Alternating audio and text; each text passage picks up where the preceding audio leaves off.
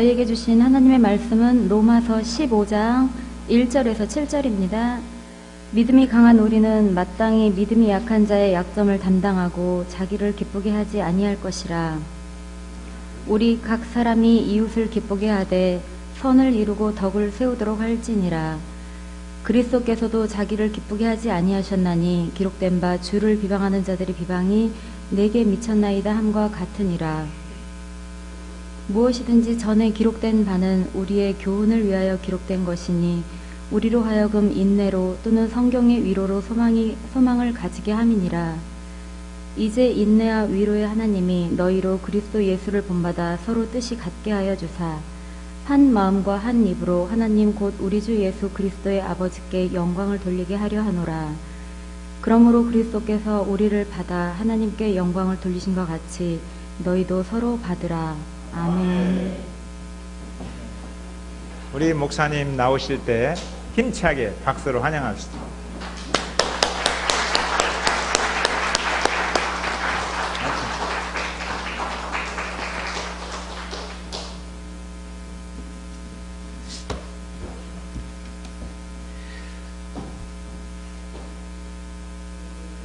제가 일부 예배 때도 잠깐 나누었습니다.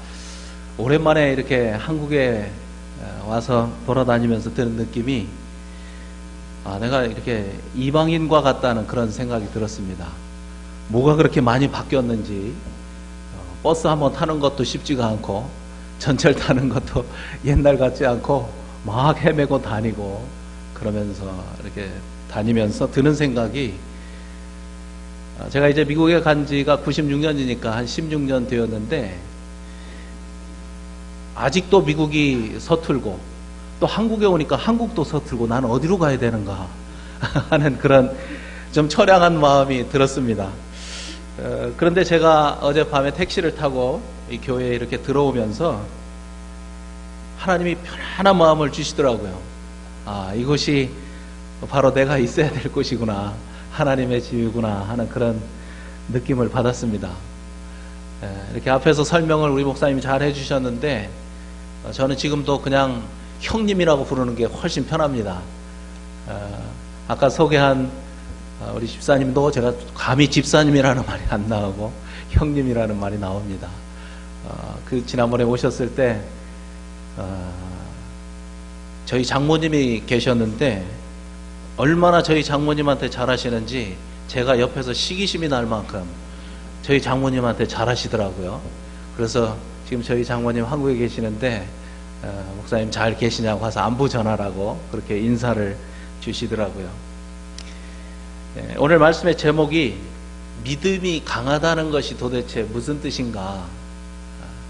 그것이 오늘 말씀의 제목입니다. 여러분 어떻게 생각하십니까?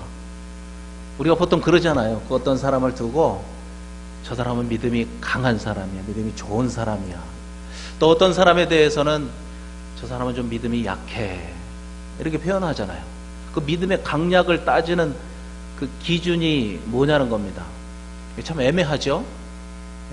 오늘 말씀 1절에서도 그런 말씀이 있잖아요. 믿음이 강한 너희가 믿음이 약한 자들을 받으라. 믿음이 강하고 믿음이 약하고, 그 기준이 굉장히 애매해요. 지금은 그 코너가 없어졌는데 KBS의 개그 콘서트라고 하는 그거 보세요? 저는 미국에서도 그거 잘 봅니다. 아니 목사님이 무슨 개그 콘서트를 보냐고 그럴지 모르지만 제가 처음에는 저희 교회도 젊은 청년들이 좀 있거든요. 걔네들하고 뭔가 좀 대화를 하려고 그러면 그래도 유행어 하나쯤 이렇게 딱 써줘야 걔들이 이렇게 착 바라보거든요. 그래서 개그 콘서트를 봤는데 그 거룩한 목적을 가지고 봤는데 요즘은 그냥 재미가 있어서 매번 보고 있습니다.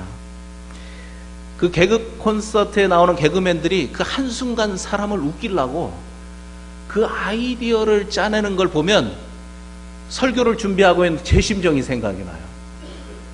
한마디도 허튼 소리 안 하고 정말 좋은 말씀을 줘야 되는데 하는 그런 욕심 속에서 막 그 싸움을 하듯이 싸우는 그 싸움이 마치 그들이 아이디어 싸움을 하는 것 같은 그런 생각이 들어서 그런 동병상련의 마음으로도 또 봅니다. 여하튼 그 코너에 애매한 것을 정해주는 남자가 있었어요. 요즘에 사라졌더라고요. 좀 섭섭해요. 애매한 것을 정해주는 남자, 그래서 애정남 그렇게 부르대요. 믿음이 강한가 약한가 그 기준을 이 애매한 것을 정해주는 애정남에게 가서 좀 정해달라고 그럴 수는 없잖아요. 오늘은 제가 말씀을 통해서 그 기준을 여러분께 정확하게 말씀을 드리려고 합니다. 보통 우리가 생각하기는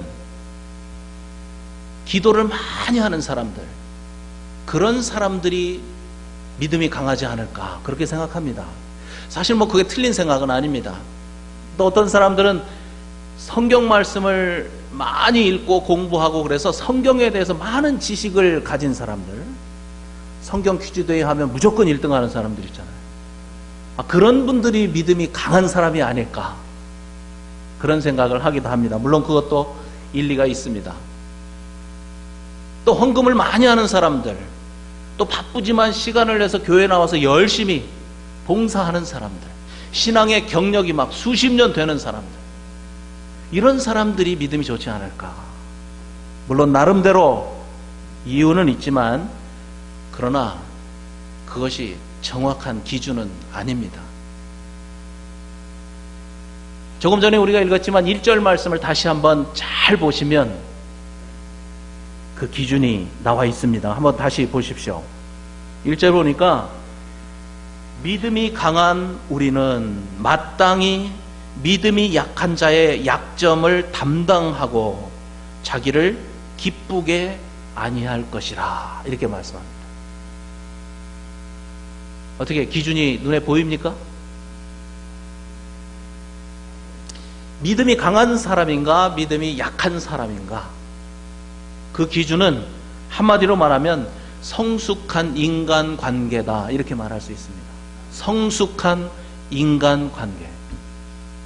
성숙한 인간관계는 어떤 관계냐면 지금 말씀이 말씀하셨듯이 나보다 믿음이 약한 사람들, 나보다 모든 면에서 연약한 사람들, 그들을 받는 것입니다. 그들을 이해하는 것입니다. 그들을 품는 것입니다. 그것이 바로 성숙한 인간관계죠.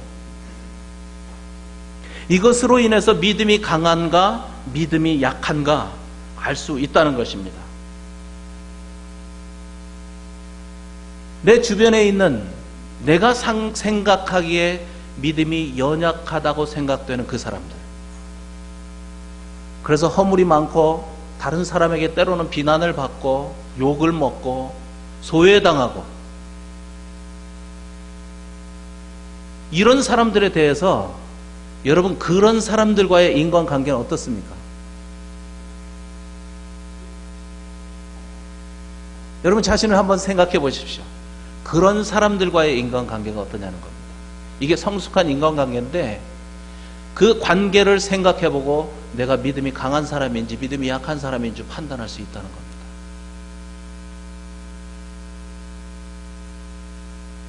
좋은 사람에게는 누구든지 좋은 사람은 좋아합니다.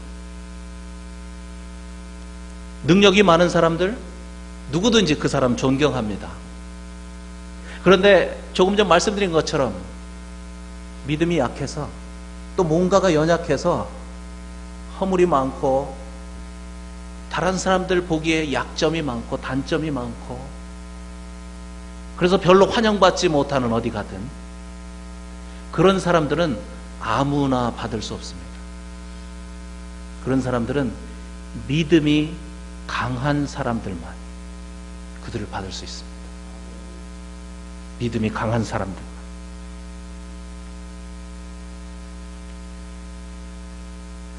오늘 말씀에 1절 말씀에 보면 끝부분에서 자기를 기쁘게 하지 않는 사람이다 이렇게 말씀하고 있습니다. 믿음이 강한 사람은 자기를 기쁘게 하지 않는 사람이다. 이 말씀은 바로 앞장에 있는 14장 21절 이후에 있는 말씀과 관련이 있습니다. 그 말씀에 보면 우상의 재물을 먹을 것인가 먹지 말 것인가라고 하는 문제가 있습니다.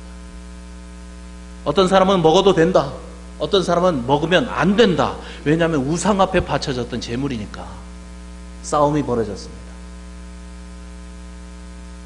이 문제에 대해서 사도 바울은 말하기를, 만약에 내가 그 우상의 제물을 먹어서 그걸로 인해서 나보다 믿음이 연약한 사람이 한 사람이라도 넘어지는 사람이 있다면 나는 그 고기를 평생 먹지 않겠다, 그렇게 얘기합니다. 믿음이 강한 사람의 모습입니다. 이것이 바로 믿음이 강한 사람입니다. 글쎄요, 이 비교가 될지 모르겠는데 요즘 말로 하면, 여러분 교회는 그러지 않은지 모르지만 많은 교회들이 남자들이 술 먹는 문제로 참 고민이 많습니다. 그러니까 술을 좋아하는 사람들은 어떻게 해서든지 술을 먹는 것이 정당하다는 걸 증명하려고 막 성경을 뒤지는 사람도 있더라고요. 그래서 봐라, 이렇잖아 그러고 술을 먹어도 된다고 얘기합니다. 그런데 여러분, 이런 겁니다. 내가 술을 좋아하지만 만약에 내가 술을 먹는 것 때문에 내 주변에 있는 누군가가 그걸로 인해서 시험을 받는다든지 넘어지는 일이 있다면 나는 평생 술 먹지 않겠다, 바로 그런 얘기인 겁니다. 그런 사람이 바로 믿음이 강한 사람이다 라는 뜻이죠. 내 기쁨을 포기하는 것입니다. 내 기쁨, 내가 누려야 될 그 즐거움을 약한 자들을 위해서 포기하는 것이죠. 오늘 말씀 2절에서도 똑같은 말씀을 하십니다. 우리 각 사람이 이웃을 기쁘게 하되 선을 이루고 덕을 세우도록 할지니라. 선을 이루고 덕을 이룬다, 이 말의 뜻은 뭐냐면, 믿음이 연약한 사람들이 잘 성장할 수 있도록, 그들이 온전한 믿음에 이르도록 믿음이 강한 자들이 모범을 보이라는 겁니다. 모범을 보이라, 삶의 모범을 보이라. 여러분, 이런 말씀 들으면 어떠세요? 이 말씀이 축복의 말씀으로 들리세요? 아니면 좀 부담스럽네, 이렇게 들리세요? 제가 벌써 앞에서 보니까 알겠는데요? 어떤 분들은 미소를 지으면서 말씀을 듣고 심각한 모습으로 듣는 분들이 계시네요. 부담이 되죠. 그것이 사실입니다.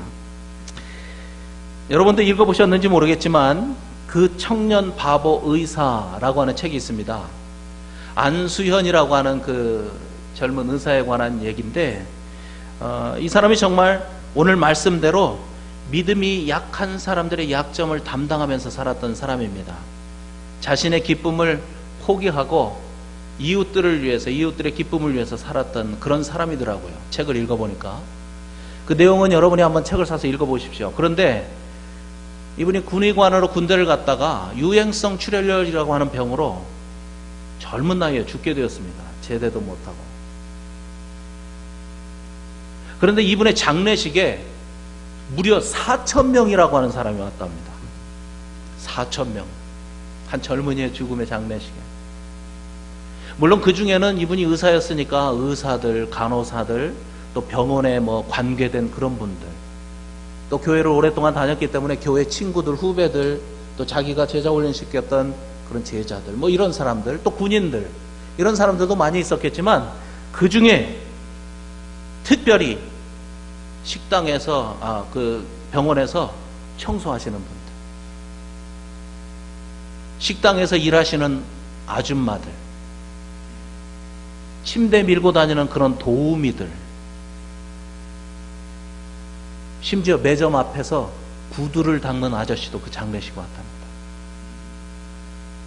그리고 그 아저씨가 말하기를 자기가 오랫동안 거기서 구두 닦는 일을 했는데 이 안수현 청년 의사처럼 볼 때마다 자기 앞에 와서 공손하게 인사를 하고 간 사람은 이 사람 한 사람밖에 없다. 믿음이 강한 사람이죠. 약자들, 약한 사람들을 사랑하는 그 마음, 그들을 품는 마음, 그것이 바로 믿음이 강한 자의 모습입니다. 그런데 우리가 오늘 좀 하나 생각해 보려고 하는 건 어떻게 그런 믿음이 나왔냐는 겁니다. 나도 좀 믿음이 강한 자가 되고 싶은데 어떻게 그런 믿음을 갖게 되었는가? 사도 바울도 그렇고 조금 전 말씀드린 이 의사도 그렇고 또 우리보다 먼저 가신 그 믿음의 많은 선배들, 믿음을 잘 지키고 한 그분들, 어떻게 그들이 그러한 믿음을 갖게 되었는가? 궁금하시죠? 궁금하신 분들은 3절을 보세요.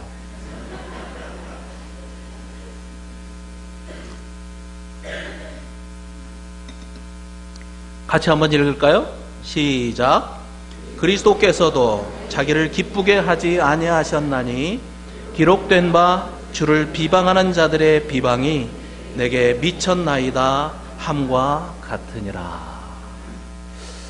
여러분, 이 말씀에 보니까 예수님의 사랑을 믿는 믿음으로부터 이러한 강한 믿음을 갖게 되었다는 것입니다.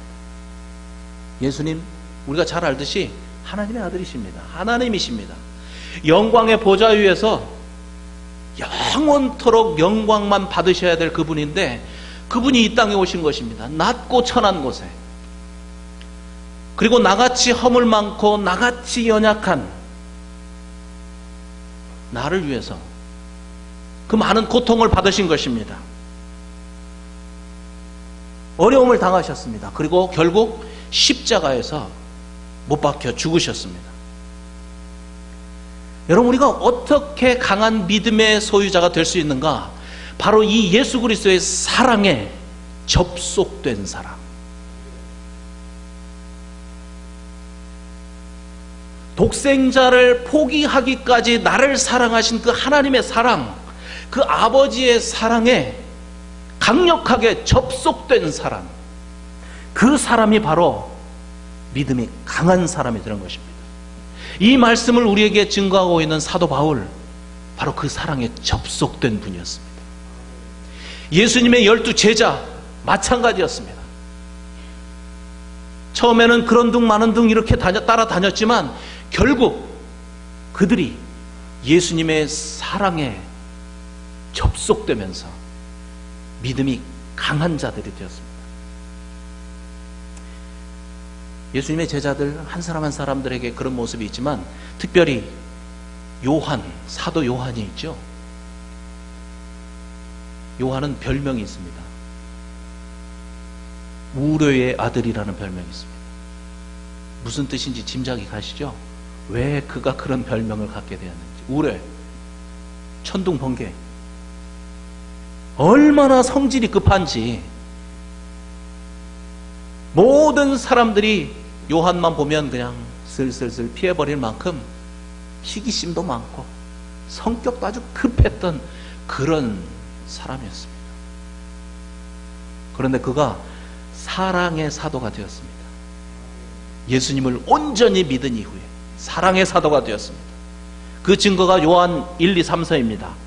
특별히 3장, 요한 1서 3장 16절에 보면 그가 우리를 위하여 목숨을 버리셨으니, 그가, 예수님이 나를 위하여 목숨을 버리셨으니 우리가 이로써 사랑을 알고 우리도 형제를 위하여 목숨을 버리는 것이 마땅하지 아니한가. 마땅하지 아니한가. 여러분, 우리가 어떤 일을 할 때 그것을 의무감을 가지고 하는 경우가 있고, 이것은 내가 마땅히 할 일이야, 그런 생각으로 그 일을 할 때가 있습니다. 그런 경우가 있죠.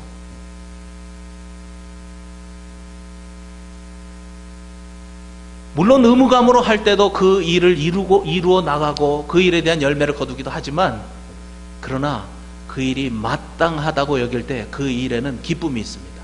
그 일을 하는 동안 그 일을 하면서 내 삶에 만족감이 넘칩니다. 그래서 그것으로 인해서 또 좋은 삶의 열매들이 맺힙니다. 여러분, 누군가를 오늘 말씀처럼 사랑하고 이해하고 품어준다는 거 참 쉽지 않죠. 쉽지 않죠. 때로는 예수님이 말씀하셨으니까, 하나님이 사랑하라고 하셨으니까 그냥 억지로 해보자 하고 하지만 그것이 별로 오래가지 못합니다. 그렇게 하려고 하다가 더 큰 시험에 빠진 사람도 있어요. 내가 좀 그렇게 해보려고 하는데 제가 또 그걸 안 따라주네. 더 그냥 미워지고 더 관계가 깨져버리는 그런 경우도 보았습니다. 그 일을 우리가 억지로 할 수 없습니다.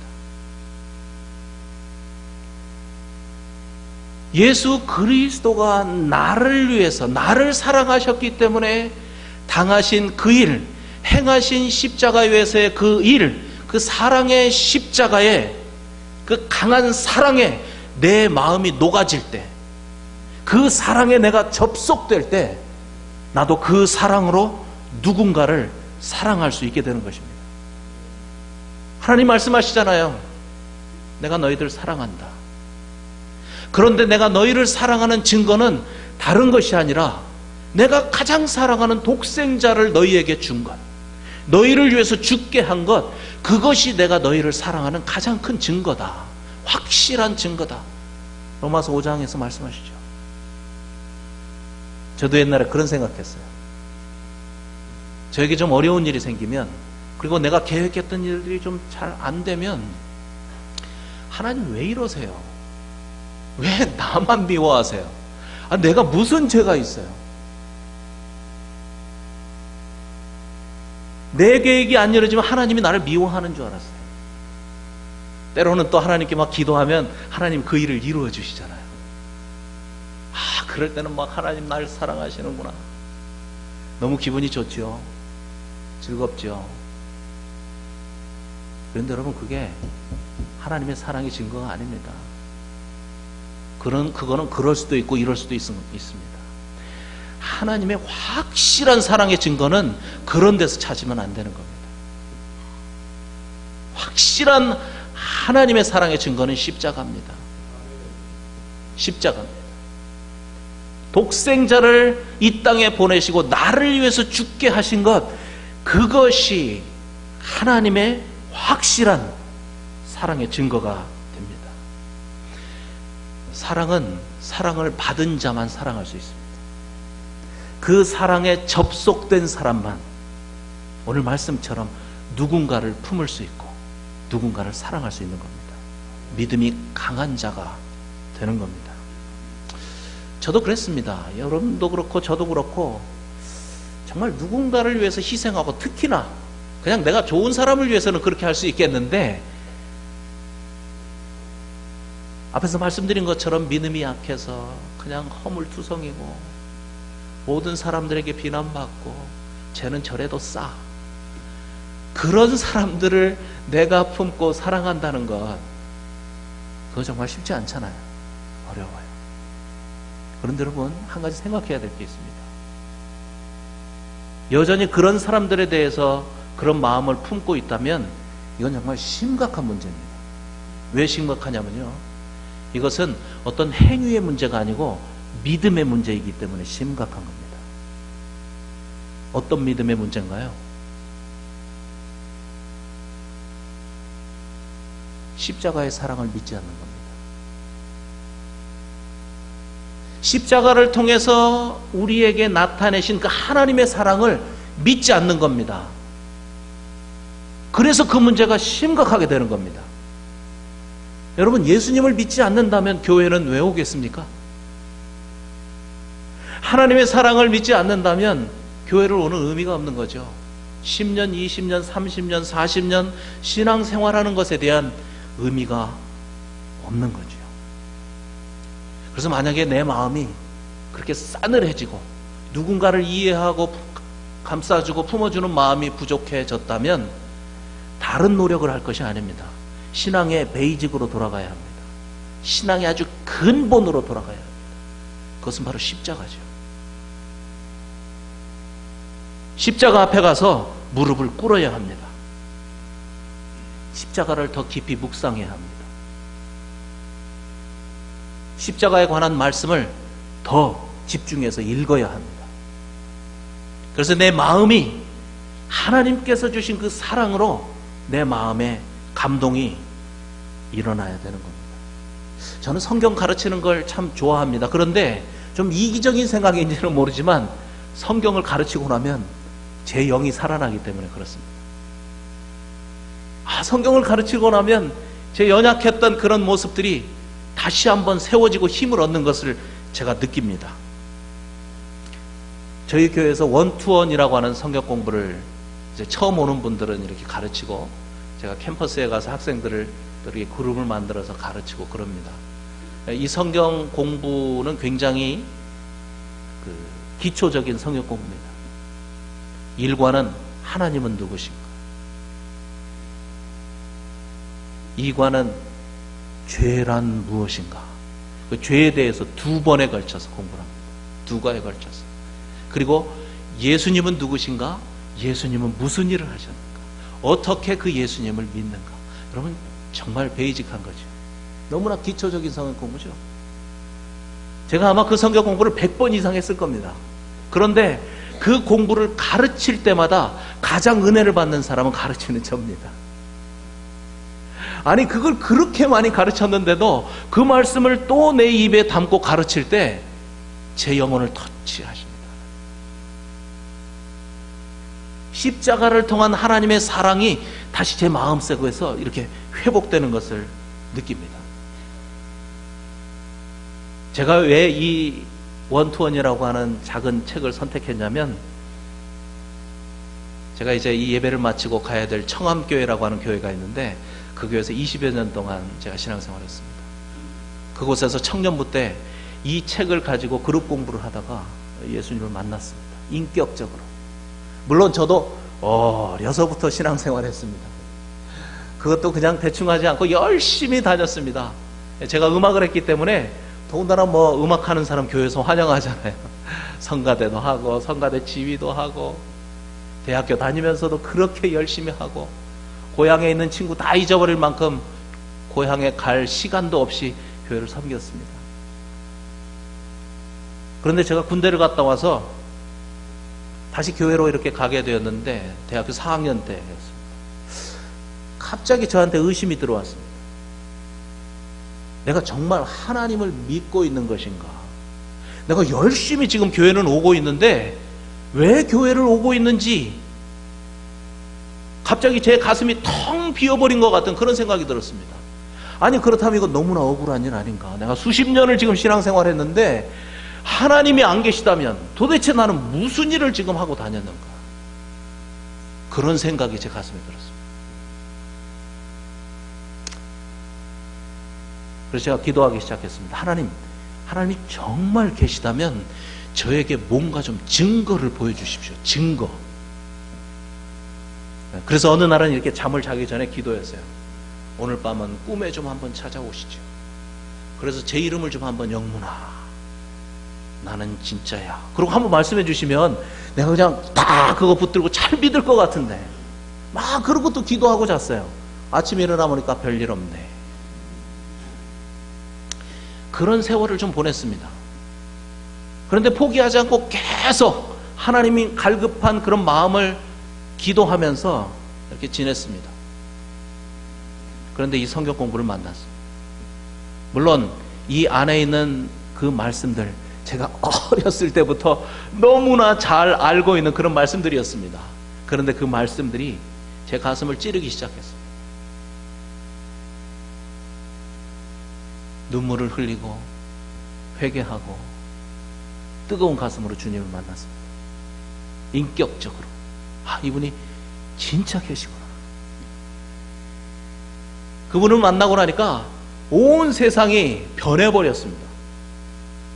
그동안 미워했던 사람들에 대한 모든 오해가 다 그냥 스스로 혼자서 다 풀리고, 모든 사람들이 사랑스러워 보이고, 사람뿐만 아니라 나무까지도 그렇게 사랑스러워 보이더라고요. 돌멩이 하나조차도 그냥 보이지 않더라고요. 우리 하나님이 창조하셨구나. 그런 시절을 보냈습니다. 너무나 마음이 기뻐서 성경을 읽느라고 잠을 못 잘 만큼 성경 속에 빠져서 막 단숨에 성경을 읽었습니다. 십자가가 하나님의 사랑의 증거라고 하는 것에 대해서 이제는 전혀 의심 없이 100% 믿게 되었고 그 사랑이 제 가슴에 왔기 때문에 그런 일이 벌어졌던 겁니다.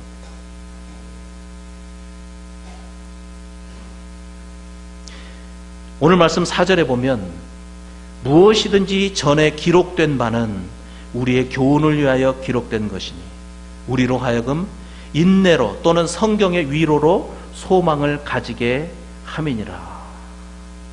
전에 기록된 바는 우리의 교훈을 위하여 기록된 것이니 어떻게 믿음이 강한 사람이 되는가? 예수 그리스도의 십자가의 사랑에 접속된 사람이 믿음이 강한 사람이 된다.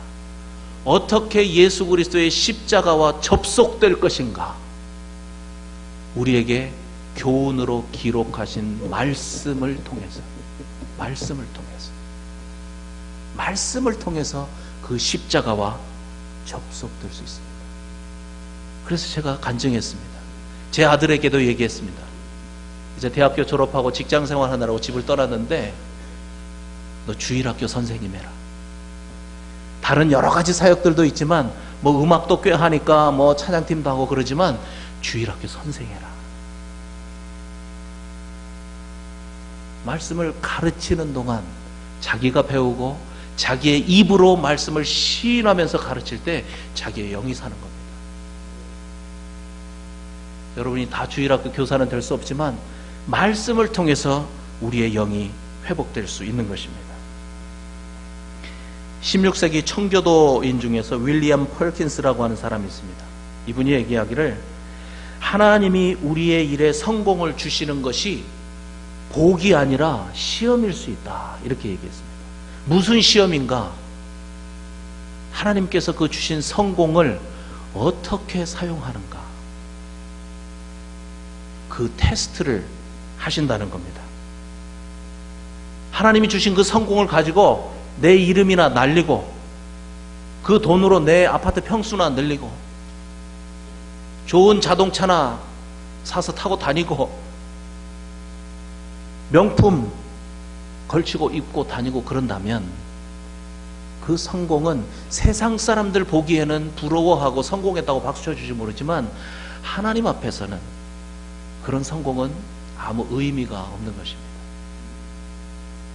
오늘 말씀에 의하면 내가 가진 것이 무엇이든 그것이 지식이 되었든 아니면 재물이 되었든 아니면 다른 사람들이 갖지 못한 어떤 작은 그러한 재능이 되든 또 믿음이든 그것을 나보다 약한 사람들과 함께 나눌 때 그 성공에 의미가 있다는 것입니다.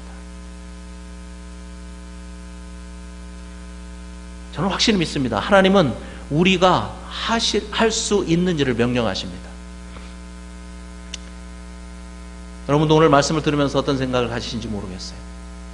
그거 내가 해보려고 많이 노력했는데 지금까지 안 됐는데요. 그러실지 모르겠지만 그렇지 않습니다. 저도 옛날에 그런 많은 오해 속에서 하나님의 말씀을 읽을 때마다 부담이 됐습니다. 읽다가 덮고 그랬어요. 그런데 어느 날 깨달았어요. 아, 하나님이 나보다 나를 더 잘하시는구나. 하나님이 내가 나를 아는 것보다 하나님이 나를 더 잘하시는구나. 그래서 하나님이 이 말씀을 하시는 겁니다. 내가 할 수 없는 그러한 말씀을 명령하시는 것이 아니고 내가 할 수 있다는 것을 아시고 말씀하시는 것이죠. 여러분이 대공원 교회라고 하는 이 신앙의 공동체 안에 지금 이렇게 함께 하고 있습니다. 이 공동체 안에 믿음이 연약한 자들이 있습니다. 내가 보기에 참으로 저 사람은 약한 사람이야 라고 생각되는 사람들이 있습니다. 교회 안에뿐만 아니고 가정에서도 그렇고 우리의 삶 속에서 내 주변에 그런 사람들이 분명히 있습니다. 물론 나도 약하죠. 물론 나도 약하지만 나보다 더 약한 사람들이 주변에 있다는 것입니다. 그 사람들로부터 시작하시면 됩니다. 바로 그 사람이 가장 가까이에 있는 내 아내일 수도 있고, 바로 그 사람이 내 남편일 수도 있습니다. 내 사랑하는 자녀일 수도 있습니다. 형제일 수도 있습니다. 친구일 수도 있습니다. 지금 내 마음속에 걸려있는 사람이 있잖아요. 걸려있는 사람. 왜 저 사람은 저럴까? 왜 저 사람은 교회를 다닌다고 하면서 저 정도밖에 안 될까? 그러면서 이렇게 마음에 걸려있는 그 사람이 있습니다. 바로 그 사람이 내가 이해하고 품어야 될 사람이라고 말씀하십니다. 바로 내 판단에 연약하다고 생각되는 그를 품으라고 오늘 말씀을 통해서 말씀하십니다. 다시 한번 말씀드리지만 쉽지 않죠. 쉽지 않죠. 그러나 또 하나 기억하십시오. 내가 할 수 있는 일이기 때문에 하나님께서 오늘 저를 통해서 이렇게 말씀하시는 거 아니겠습니까? 물론 제가 오늘 설교하려고 한국에 온 건 아니지만, 여러 가지 목적으로 왔지만, 그래도 이 기회에 여러분 만나게 하시고 저를 통해서 이렇게 말씀을 주시는 이유는 분명히 하나님께서 여러분 삶의 주변에서 일어나는 바로 이 일을 좀 해결해 보시려고 저를 통해서 오늘 이 말씀을 주시지 않는가, 그렇게 생각이 됩니다.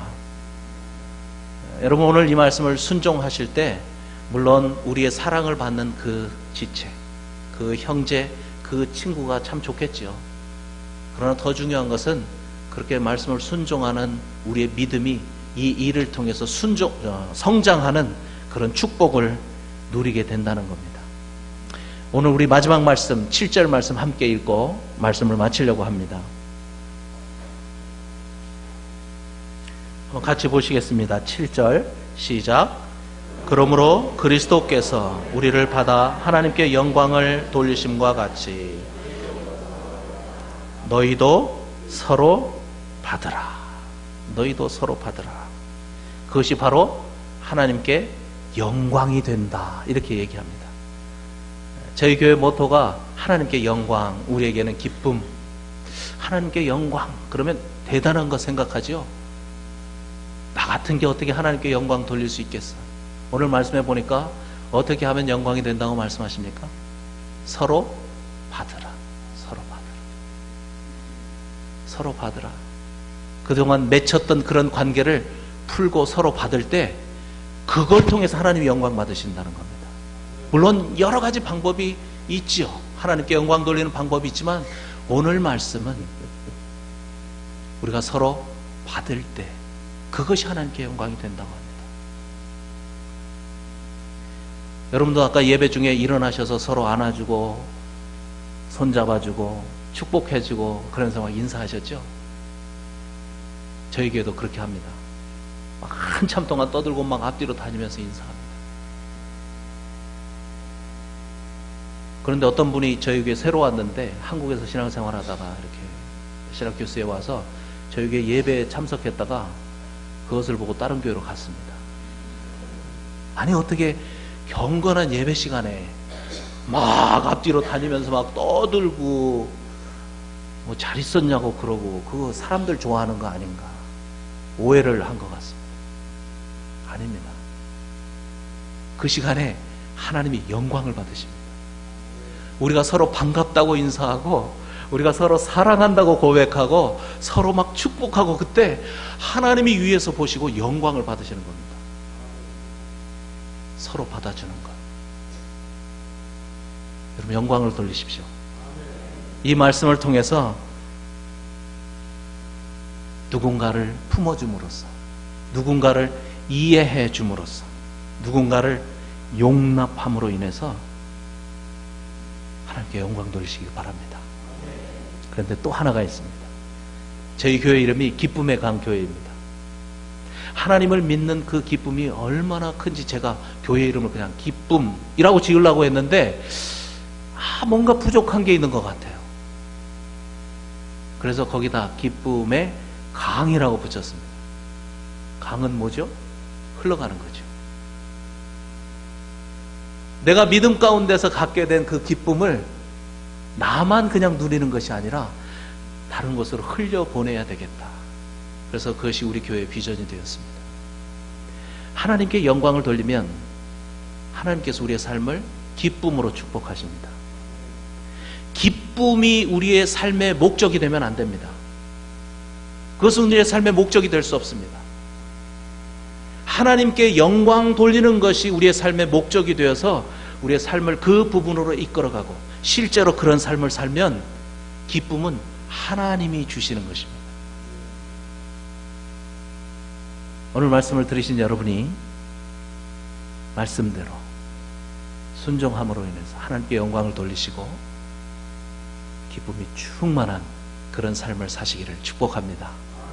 우리 한번 같이 이 시간 기도하시겠습니다.